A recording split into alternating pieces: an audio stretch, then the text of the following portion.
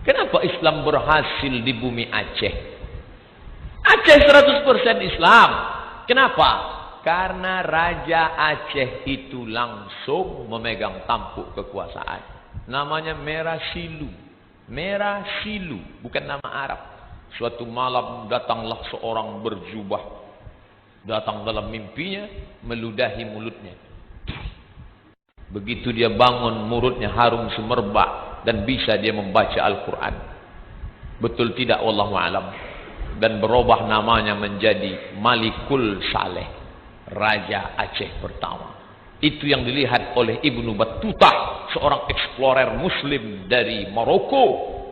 Aku sampai ke sebuah negeri bernama Sumatra. Sin waw mim ta ra ta marbuta. Sumatra. Aku lihat rajanya memakai jubah. Mereka menaiki gajah dan kuda.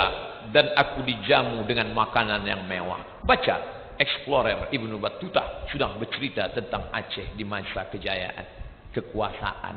Makanya kalau sampai kekuasaan ini dipegang oleh orang